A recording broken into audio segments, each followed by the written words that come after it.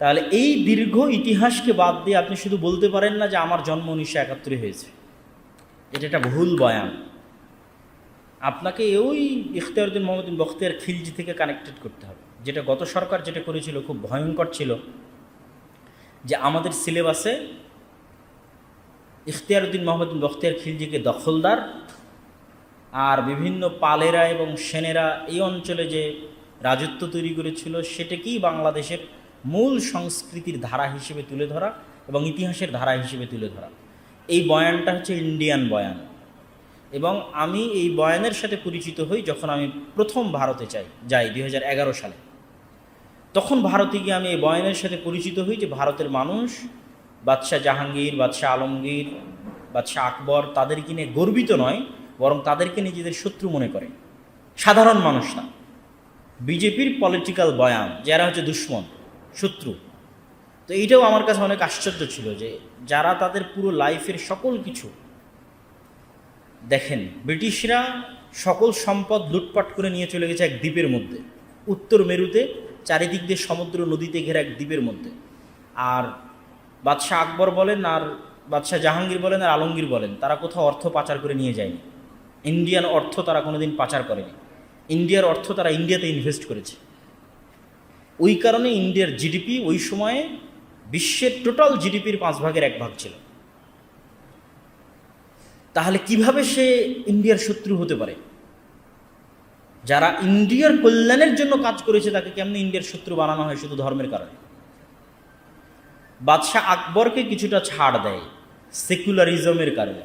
আজকের আধুনিক যুগের যে সেকুলারিজম, এটি মুসলমানদের মধ্যে প্রবেশ করানোর মূল কারিগর ছিলেন বাদশাহ আকবরের দিনে ইলাহি। হিন্দু মুসলিম যে কালচারাল মিক্সিং ঘটেছে এই অঞ্চলে, যে আমাদের বিবাহ বাড়িতে আমরা হিন্দুদের মতো কালচার অবলম্বন করি, আরও অসংখ্য কিছুতে বৃষ্টি যখন হয় না তখন হিন্দুদের মতো কালচার অবলম্বন করি, আরও অসংখ্য পয়েন্টে আমাদের বাড়িঘরে হিন্দুদের কালচার আছে। এটির শুরুটা হয় বাদশাহ আকবরের আমলে দিনে ইলাহির কারণে, যেটি আধুনিক যুগে আমরা যেটার নাম দিয়েছি সেকুলারিজম। তো আমি যেটা বলতে চাচ্ছি যে এই বয়ানটার উৎপত্তি বিজেপির হাতে ভারতে, যদিও এটি ভারতেরও বয়ান হওয়া উচিত নয়। কেননা বাদশাহ আকবর, বাদশাহ আলমগীর, বাদশাহ জাহাঙ্গীর, বাদশাহ শাহজাহান তারা ভারতের কল্যাণে কাজ করেছে। তারা ওই দেশ থেকে টাকা পয়সা অর্থ সম্পদ লুট করেনি, সব কিছু ইন্ডিয়ার পিছনে ইনভেস্ট করেছে। সুতরাং তাদেরকে শত্রু বানানো ইন্ডিয়ার প্রকৃত ইতিহাসের বিকৃতি। কিন্তু আমি কখনো কল্পনা করিনি যে এই বয়ান একসময় বাংলাদেশে বিক্রি হতে পারে। কিন্তু গত 15 বছর সেটি করা হয়েছে, বিশাল একটা সময় যাবৎ সেটি করা হয়েছে। অতএব ওই বয়ান থেকে তরুণ সমাজকে বের হয়ে আসতে হবে, নিজেদের ইতিহাস জানতে হবে এবং পূর্বপুরুষদের সাথে নিজেদের ইতিহাসকে কানেক্ট করতে হবে। এই বাংলাদেশকে ইখতিয়ারউদ্দিন মোহাম্মদ বিন বখতিয়ার খিলজির সাথে কানেক্ট করতে হবে, এই বাংলাদেশকে গৌড় রাজধানীর সাথে কানেক্ট করতে হবে, এই বাংলাদেশকে এই সমস্ত যে স্বাধীন সুলতানি শাসনামল, মোগল শাসনামলের সাথে কানেক্ট করতে হবে, এই বাংলাদেশকে ব্রিটিশ বিরোধী আন্দোলনে বাঙালি মুজাহিদদের যে অবদান ছিল সেই ইতিহাসের সাথে কানেক্ট করতে হবে। আপনি ব্রিটিশদেরকে না তাড়াতে পারলে বাংলাদেশ কোথায় থেকে আসবে? তারপরে 1947-এর যে আন্দোলন, শেরে বাংলা একে ফজলুল হক এবং হোসেন শহীদ সোহরাওয়ার্দীর যে আন্দোলন, সে আন্দোলনের সাথে কানেক্ট করতে হবে। অথচ দেখবেন বাংলাদেশের যত রাজনৈতিক দল আছে সব রাজনৈতিক দলের বয়ান শুরু হয় 1971 দিয়ে, হয় জিয়াউর রহমান না হয় শেখ মুজিবুর রহমান, এই দুই দলে বিভক্ত হয়ে যায়। কিন্তু কেউ কোনোদিন খোঁজও নিল না যে ঢাকা বিশ্ববিদ্যালয়ের মধ্যে যে 3 নেতার মাজার আছে, এই 3 নেতা কে, তাদের মাজার ঢাকা বিশ্ববিদ্যালয়ের মধ্যে কেন হলো? শেরে বাংলা একে ফজলুল হকের কবর এবং হোসেন শহীদ সোহরাওয়ার্দীর কবর ঢাকা বিশ্ববিদ্যালয়ের মধ্যে আছে, যেটি 3 নেতার মাজার। তাদের চেষ্টাতেই তো আমরা এই মানচিত্র পেয়েছি। এবং আমাদের জমিদারি প্রথা বিলোপ, অখণ্ড বাংলায় যখন প্রথম শেরে বাংলা একে ফজলুল হক প্রধানমন্ত্রী হয়, তখনই মূলত আমরা আমাদের জমির মালিকানা ফেরত পাই। আজকের যে আমাদের জমির মালিকানায় যে আমাদের নাম দেখি, ঠিক আছে, RS record, CS record, BS record, এই রেকর্ডগুলোর সবচেয়ে পুরাতন যে রেকর্ড, সেই রেকর্ডে যখন যাবেন তখন দেখবেন যার নামে, যেই জমিদারের নামে খাজনা দেওয়া হতো সেই জমিদারের নামে জমি আছে। শেরে বাংলা একে ফজলুল হক সর্বপ্রথম এই প্রথাকে বিলুপ্ত করে আমাদের ব্যক্তিগত জমির মালিকানা আমাদের ফিরিয়ে দেয়। তাহলে আপনি শেরে বাংলা একে ফজলুল হককে ইতিহাস থেকে গায়েব করে দিলেন। তাহলে তো আপনি জমির মালিকই আর থাকেন না, জমির মালিক থাকে জমিদারেরা। তাহলে আমার কাছে সেকেন্ড যে কারণ মনে হয়েছে সেটি হচ্ছে বাংলাদেশের মুসলমানদের যে দীর্ঘ সংগ্রাম আছে, দীর্ঘ ইতিহাস আছে, এই বয়ানগুলো সামনে নিয়ে আসতে হবে।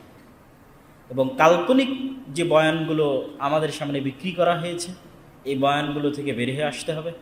এটি হচ্ছে দ্বিতীয় চ্যালেঞ্জ। প্রথম চ্যালেঞ্জ কলোনিয়াল মনস্তাত্ত্বিক গোলামি ঔপনিবেশের, সেটির সমাধান কি? কলোনিয়ালদের যে মনস্তাত্ত্বিক গোলামি, সেটির সমাধান হচ্ছে নিজের দিনের উপর শতভাগ কনফিডেন্ট থাকা। আপনি দিন পালন করেন আর না করেন, কিন্তু আপনার কনফিডেন্স লেভেল থাকবে সর্বোচ্চ পর্যায়ে। আপনি একজন ইহুদির কনফিডেন্স লেভেল দেখেন, আমি দেখেছি ইহুদিদের কনফিডেন্স লেভেল। আপনি শিখের কনফিডেন্স লেভেল দেখেন, শিখ এবং ইহুদি এই দুইটার কনফিডেন্স লেভেল চলমান পৃথিবীতে আর যারা অন্যান্য ধর্মের অনুসারী আছে তাদের চেয়ে উপর পর্যায়ের আছে। মুসলমানদের মধ্যেও একদল মুসলমান আছে যাদের কনফিডেন্স লেভেল অনেক টপ লেভেলে। তো মুসলমানদের মধ্যে যাদের কনফিডেন্স লেভেল অনেক টপ লেভেলে, তারা অবশ্যই এই সমস্ত ইহুদি, এই সমস্ত শিখদের চাইতে সর্বোচ্চ স্তরে। কিন্তু আমি মুসলমানদের আম জনসাধারণের কথা বলতেছি। আম জনসাধারণের কনফিডেন্স লেভেল লো, তারা হেজিটেশনে ভোগে। আমি দাড়ি রাখবো, মানুষ কি বলবে, সমাজ কি বলবে? আমি পাঞ্জাবি পায়জামা পরবো, মাথায় টুপি দিব, মানুষ কি বলবে, সমাজ কি বলবে? আমার কি চাকরি হবে, আমার কি চাকরি হবে না? এটা আমি 3 নম্বর পয়েন্টে নিয়ে আসতাম, কাঠামোগত ইসলামোফোবিয়া। এই পয়েন্টের সাথে ওই পয়েন্টটা সম্পৃক্ত, যে বাংলাদেশে যে কাঠামোগত ইসলামোফোবিয়া, রাষ্ট্রীয় কাঠামোগত ইসলামোফোবিয়া, এটা ইসলামের জন্য তৃতীয় বড় চ্যালেঞ্জ। রাষ্ট্রীয় কাঠামোগত ইসলামোফোবিয়া, তার একটা উদাহরণ হচ্ছে এটা, যে রাষ্ট্র আপনাকে আপনার মুসলিম হওয়ার কারণে দুর্বল দৃষ্টিতে দেখবে। আপনার মুসলিম পরিচয় বহন করার কারণে রাষ্ট্র আপনাকে দুর্বল দৃষ্টিতে দেখবে, অথচ এটা মুসলিম রাষ্ট্র। আমরা মনে করি ইসলামোফোবিয়া হয়তো শুধু ইউরোপে বা আমেরিকায়। ইউরোপে এবং আমেরিকায় ইসলামোফোবিয়া হচ্ছে মুসলমানদের সাথে অমুসলমানদের, আর বাংলাদেশে ইসলামোফোবিয়া হচ্ছে এলিট সেকুলারের সাথে আপনাদের মতো সাধারণ মুসলমানদের, যারা গ্রাম থেকে উঠে এসেছে, যারা কৃষকের সন্তান, রিক্সা চালকের সন্তান, গরিবের সন্তান। এই দেশে একদল আছে এলিট সেকুলার, তাদের সাথে সাধারণ মুসলমানের চাষাভূষার সন্তানদের যে স্বাভাবিক বেশভূষা, স্বাভাবিক বিশ্বাস, তার দ্বন্দ্ব। এটা হচ্ছে বাংলাদেশের ইসলামোফোবিয়া। যেই ইসলামোফোবিয়া আপনাকে মুখে দাড়ি থাকলে চাকরি দিবে না, এটা রাষ্ট্রীয় ইসলামোফোবিয়া। যেই ইসলামোফোবিয়ার কারণে প্রথম আলো এবং ডেইলি স্টার আলেম ওলামারা কোনো ভালো কাজ করলে সেটির সুনাম গেয়ে প্রচার করবে না। আবার আলেম ওলামারা যদি দুর্বল কোনো কাজ করে, তিনি যদি অনেক বড় সুপরিচিত আলেমও হন, তাহলে লিখবে কথিত অমুক আলেম, তথাকথিত অমুক বিদ্যান। কিন্তু আবার এলিট ক্লাস সেকুলারের জন্য অভাব হবে না সম্মানের। একজন নায়িকা যখন গ্রেফতার হবে তখন তার হাতে হাত করা থাকবে না, কিন্তু একজন আলেম যখন গ্রেফতার হবে তখন তাকে অপমান করার চেষ্টা করা হবে। এটি হচ্ছে এলিট সেকুলারের সাথে সাধারণ মুসলিমের দ্বন্দ্ব। এটি হচ্ছে রাষ্ট্রীয় ইসলামোফোবিয়া, যা আমাদের দেশে, বাংলাদেশে ইসলামের সামগ্রিক বিজয়ের জন্য তৃতীয় বড় চ্যালেঞ্জ। তো এই পয়েন্টটাকে আমি প্রথম পয়েন্টের সাথে কানেক্ট করছিলাম। কেন? প্রথম পয়েন্টে যে বললাম সেকুলার মাইন্ড সেট আপ, ওই সেকুলার মাইন্ড সেট আপের সমাধান হচ্ছে কনফিডেন্ট থাকা। আপনি ইহুদিদের পার্সেন্টেজ করেন, আমি নিজে ইহুদি পল্লীতে গেছি, ইহুদি গ্রামে গেছি, ইহুদিদেরকে দেখেছি, তাদের 90% জনেরও বেশি মুখে দাড়ি রাখে। মানে দাড়ির বিষয়ে তার কনফিডেন্স লেভেল সর্বোচ্চ। তো ইহুদি যদি দাড়ি রাখলে সন্ত্রাসী না হয়, মুসলিম দাড়ি রাখলে কেন সন্ত্রাসী হবে? এবং ইহুদি যদি দাড়ি রাখতে ভয় না পায়, মুসলমান কেন ভয় পাবে? ইহুদি যদি তার ধর্মীয় লেবাসের উপর 100% কনফিডেন্ট থাকে, মুসলমান কেন থাকবে না? আমাদের কলোনিয়াল মাইন্ড সেট আপের কারণে আমরা হেজিটেশনে ভুগি, আমাদের প্রজন্ম দ্বিধাদ্বন্দ্বে ভুগে। তার দিনের উপর তার 100% কনফিডেন্স নাই, তার রাসূলের উপর তার 100% কনফিডেন্স নাই, রাসূল সাল্লাল্লাহু আলাইহি সাল্লামের আদর্শের উপর তার 100% কনফিডেন্স নাই।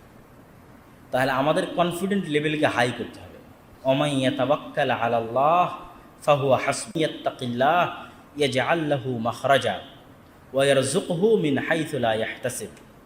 যে ব্যক্তি আল্লাহ সুবহানাহু তাআলাকে ভয় করবে, আল্লাহ সুবহানাহু তাআলাকে মেনে চলবে, আল্লাহ পৃথিবীতে তার চলার ব্যবস্থা করবেন যেভাবেই হোক। ওয়ারযুকহু মিন হাইথু লা ইয়াহতাসিব, আর এমন জায়গা থেকে আল্লাহ তাকে রিজিক দিবেন যা সে কল্পনাও করতে পারে না।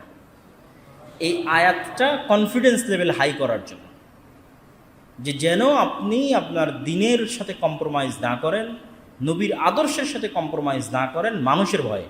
আপনার নিজের ভালো লাগতেছে না আমি সেটা বলতেছি না, আপনি নিজে আমল করতে পারতেছেন না সেটা বলতেছি না, পারিপার্শ্বিকতার চাপে, মানুষের ভয়ে, সমাজের ভয়ে, রাষ্ট্রীয় ইসলামোফোবিয়ার যে কাঠামো আছে তার ভয়ে আপনার মধ্যে যে হেজিটেশন কাজ করতেছে, ওইটার কারণে যেন আপনি দিন থেকে বিচ্যুত না হন। ওইটাই আসে কলোনিয়াল মাইন্ড সেটআপ থেকে, গোলামি থেকে। তাহলে এখন পর্যন্ত আমরা যে 3টা পয়েন্টে আলোচনা করলাম, প্রথম পয়েন্ট ছিল কলোনিয়াল মাইন্ড সেটআপ, দ্বিতীয় পয়েন্ট ছিল ভুল বয়ান, ইতিহাসের ভুল বিভ্রান্তিকর বয়ান। এখানে সঠিক বয়ানগুলো নিয়ে আসতে হবে ইতিহাসের, মুসলমানদের, বিশেষ করে বাংলার মুসলমানদের অতীত ইতিহাস। আর 3 নম্বর হচ্ছে রাষ্ট্রীয় কাঠামোগত ইসলামের প্রতি বিদ্বেষ, এবং এই রাষ্ট্রীয় কাঠামোগত ইসলাম বিদ্বেষের সাথে আপনি লড়াই করবেন কিভাবে। যেটা 2 নম্বর, সেটা তো জ্ঞান চর্চার ফলে, প্রচার প্রচারণার ফলে হয়তো আমরা লড়াই করতে পারবো, কিন্তু রাষ্ট্রীয় কাঠামোগত যে ইসলাম বিদ্বেষ আছে এটির বিরুদ্ধে লড়াই করার জন্য মুসলমানদের শক্তিশালী প্রতিষ্ঠান লাগবে, এবং মুসলমানদেরকে কথা বলা শিখতে হবে, কথা বলতে পারতে হবে, শক্তিশালী প্রতিষ্ঠান লাগবে। শক্তিশালী প্রতিষ্ঠান বলতে আমি কি বুঝাচ্ছি এটি বলে আমার আজকের এই বক্তব্য ইতি টানার চেষ্টা করবো ইনশাআল্লাহ। শক্তিশালী প্রতিষ্ঠান বলতে ডিপ স্টেট, উপরে যে আমরা রাষ্ট্র দেখি, এই রাষ্ট্রের ভিতরে আরও একটা রাষ্ট্র থাকে। যখন উপরের এই রাষ্ট্র চলে যায় তখন ওই রাষ্ট্র সামনে আসে। যখন শেখ হাসিনা এবং তার সাঙ্গপাঙ্গরা চলে গেছে তখন ডিপ স্টেট সামনে এসেছে।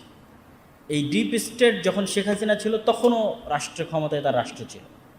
ধরেন আমি আপনাকে সহজ একটা উদাহরণ দিই, আর্মি। শেখ হাসিনা যখন ক্ষমতায় ছিল তখন আর্মির হাতে ক্ষমতা ছিল না? ছিল না? ছিল। এখন আর্মির হাতে ক্ষমতা আছে না? নাই, আছে। ঠিক আর্মির মতো আপনি কল্পনা করেন, অসংখ্য প্রতিষ্ঠান আছে, প্রথম আলো, ডেইলি স্টার, ব্রাক। যখন শেখ হাসিনা ক্ষমতায় ছিল তখনও তাদের কাছে ক্ষমতা ছিল, যখন শেখ হাসিনা চলে গেছে তখনও তাদের কাছে ক্ষমতা আছে। তা পাওয়ার দেখে মনে করবো অনেক বড় উলি আল্লাহ চলে এসেছে, অনেক বড় কারামতে আউলিয়া চলে এসেছে, অতএব এখন আর ইবাদত করে, এখন আর পূজা করলে সমস্যা নেই। তো একদল তো এমনি পথভ্রষ্ট হয়ে যায়। আরেক দল মানুষ থাকে যারা মোটামুটি আল্লাহর উপর ঈমান রাখে, কিন্তু ইস্তেকামা, ঈমানের উপর ইস্তেকামার জন্য সবর লাগে। সবর করার ক্ষমতা এবং সাহস এদের নাই। এদের দেখবেন এখন দুনিয়াবি ক্ষমতা যাদের কাছে, ওদের ওখানে গিয়ে সিজদা দিচ্ছে। আজ থেকে 6-7 মাস আগে 16 বছর যাদের কাছে ক্ষমতা ছিল ওদের কাছে গিয়ে সিজদা দিয়েছে। ক্ষমতার বাইরে এরা চিন্তা করতে পারে না। ক্ষমতা যেখানে, এদের কেবলা এবং মারকাজ সেখানে। এবং আপনি যদি নিজের জায়গায় দাঁড়িয়ে চিন্তা করেন, আজকে তেলের যে সংকট, আমি দাজ্জালের ফিতনার ভয়াবহতা বোঝানোর জন্য আপনাকে বলতেছি, তেলের যে সংকট, মাঝে মধ্যে আমার মনে হয় আল্লাহ আমাদের ফিতনা থেকে হেফাজত করুক, যে এখন যদি কেউ এসে বলে আব্দুল্লাহ তোমার গাড়িতে তো তেলের দরকার, তো এইটা করলে তোমাকে তেল দেওয়া হবে, ধরো তুমি আর 500 টাকা বেশি দিলে তেল দিয়ে দেবো, বা তুমি এই অপরাধটা করলে তোমাকে তেল দিয়ে দিব। তো কত মানুষ হল, ঠিক আছে ভাই সমস্যা নেই, আমার গাড়িতে তেল দেন, আমি করে দিচ্ছি। তাই কোনো একটা দেশকে যদি বলা হয় যে সব তেলের কন্ট্রোল আমার হাতে, এটা করো, তেল পাবা, নাহলে কিন্তু আবাদও বন্ধ হয়ে যাবে। আমরা মনে করি তেল মানে দিয়ে শুধু গাড়ি চলে। পেট্রোকেমিক্যাল থেকে সকল সার উৎপাদন হয়, সব, কোনো সারই আর তৈরি হবে না। সার না হলে আপনি চাষ করবেন কি দিয়ে? স্যালো মেশিন স্টার্ট না দিলে পানি তুলবেন কোথায় থেকে? তো তেল মানে শুধু গাড়ি নয়, সবই, এখনকার আধুনিক সভ্যতার সবই তেল। তা আমি তেল দিব না আপনাকে, তা আপনিও বুঝতে পারছেন যে আপনি সবই করে ফেলবেন তেল নেওয়ার জন্য। তো কোরআন এবং হাদিসে তো এর চেয়ে বড়টা বলা আছে, তেলের কথা বলা নেই।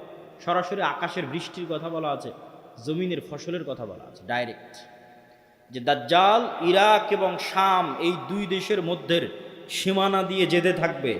কোনো এক নগরীর মানুষের কাছে এসে বলবে, এই তোমরা আমার উপর ঈমান আনছো? তারা বলবে, জি জাহাপনা, জি প্রভু, আপনার উপর ঈমান আনলাম। ওদের জন্য দাজ্জাল টাকা পয়সা, ধন দৌলত, রুজি রুটির এত বড় ব্যবস্থা উন্মোচন করে দিবে যে মৌমাছির ঝাঁক যেভাবে মধুর পিছনে ছুটে, ধন সম্পদ টাকা পয়সা ওই শহরের মানুষের পিছনে ওইভাবে ছুটবে। এবার অতিক্রম হতে হতে আর এক শহরে আসবে, সেই শহরের মানুষকে বলবে আমার উপর ঈমান আনয়ন করছো? তারা বলবে না, আমরা রব্বুল আলামিনের উপর ঈমান রাখি। দাজ্জাল বলবে আকাশ এখানে বৃষ্টি বর্ষণ বন্ধ করে দাও, জমিন এখানে ফসল উৎপাদন বন্ধ করে দাও, খাবার দাবার বন্ধ, টাকা পয়সা বন্ধ, সকল কিছু বন্ধ, মোবাইল বন্ধ, ইন্টারনেট বন্ধ। আজকের যুগে যদি কল্পনা করেন, এখনই আপনি ঈমান ধরে রাখতে পারবেন না, যখন ঘটবে তখনকার কথা তো বহু পরে। তো শাম অঞ্চলের মানুষেরা না খেতে পেয়ে ধনুক চাবিয়ে খাবে, তীর চাবিয়ে খাবে। তীর তো খাওয়ার জিনিস না, ধনুক তো খাওয়ার জিনিস না, কিন্তু গাছের পাতাও যেহেতু উৎপন্ন হবে না তো কি খাবে? গাছের পাতাও তো উৎপন্ন হবে না। তো এ হলো দাজ্জালের ফিতনা, পৃথিবীর সবচেয়ে ভয়ঙ্কর এবং ভয়াবহ ফিতনা। দাজ্জালের ফিতনা সম্পর্কে বলতে গিয়ে দুইটা হাদিস না বললেই না। একটা হাদিসে রাসূলুল্লাহ সাল্লাল্লাহু আলাইহি ওয়াসাল্লাম বলছেন যে দাজ্জাল পৃথিবীতে 40 দিন সফর করবে। 40 দিনের প্রথম দিন হবে 1 বছর, দ্বিতীয় দিন হবে 1 মাস, তৃতীয় দিন হবে 1 সপ্তাহ। আর দাজ্জালের গতি হবে কাগাইসিন ইস্তাদবারাত হুররিহ, এমন মেঘমালা যেই মেঘমালাকে ঝড়ো বাতাস উড়িয়ে নিয়ে যাচ্ছে। এই যে কয়দিন পরে কালবৈশাখী ঝড় হবে, আকাশে তাকিয়ে দেখবেন ঝড়ের সময় মেঘ কত দ্রুত চলে। তো ঝড়ের বাতাসে যে মেঘ খুব দ্রুত চলে, এরকম দ্রুত গতি হবে দাজ্জালের। তো আল্লাহর নবী মেঘের সাথেও তুলনা দিয়েছেন। এখন যন্ত্র দিয়ে মেঘের মতো আকাশে উড়বে না দাজ্জাল নিজেই আকাশে উড়বে, আল্লাহু আ'লাম, আল্লাহ সুবহানাহু ওয়া তাআলা ভালো জানেন। কিন্তু দাজ্জালের আগমনে পৃথিবীতে এত ব্যাপক বৈপ্লবিক পরিবর্তন হবে যে পৃথিবীর দিন 1 বছরের সমান হয়ে যাবে। এটা হঠাৎ করে আল্লাহর আদেশে, কোনো কারণ ছাড়াই আল্লাহ বলবেন দিন এখন তুমি 1 বছরের সমান হও, এরকম নয়। আল্লাহ লাতিফ, প্রত্যেকটা জিনিস ঘটনা পরম্পরায় হয়, মানুষ দেখবে এটা স্বাভাবিক। তথা এই ভূমণ্ডল, নভমণ্ডল, সৌরজগতে এমন বৈপ্লবিক কোনো পরিবর্তন হবে, অথবা এই পৃথিবীতে এমন বৈপ্লবিক কোনো পরিবর্তন হবে, অথবা সূর্য এবং চন্দ্রের বর্তমান ঘূর্ণায়মান প্রক্রিয়ায় এমন বড় বৈপ্লবিক পরিবর্তন হবে যেটা স্বাভাবিক